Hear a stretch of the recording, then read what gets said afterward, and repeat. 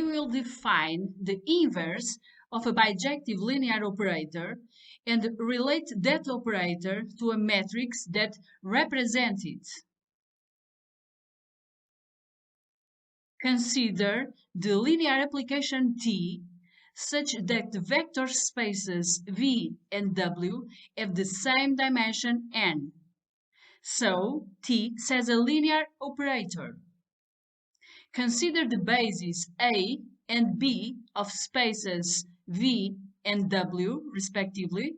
So the matrix that represents T when considering bases A and B is a square matrix.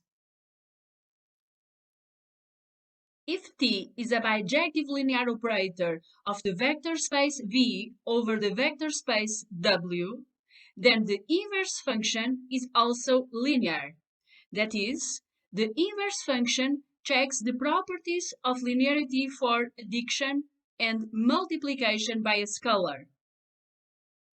By definition, the composition of two inverse applications is the identity function.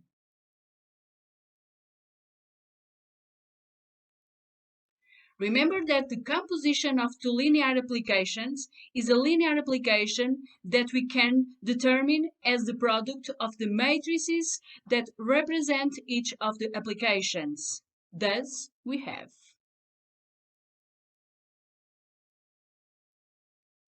for example, the linear operator, when considering the canonical basis of R2, is represented by the matrix. Inverting this matrix, we obtain the matrix that represents the inverse linear operator. Thus,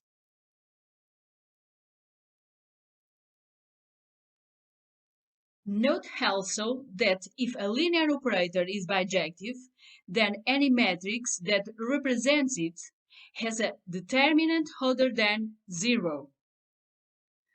For example, this operator of the three-dimensional vector space does not admit inverse.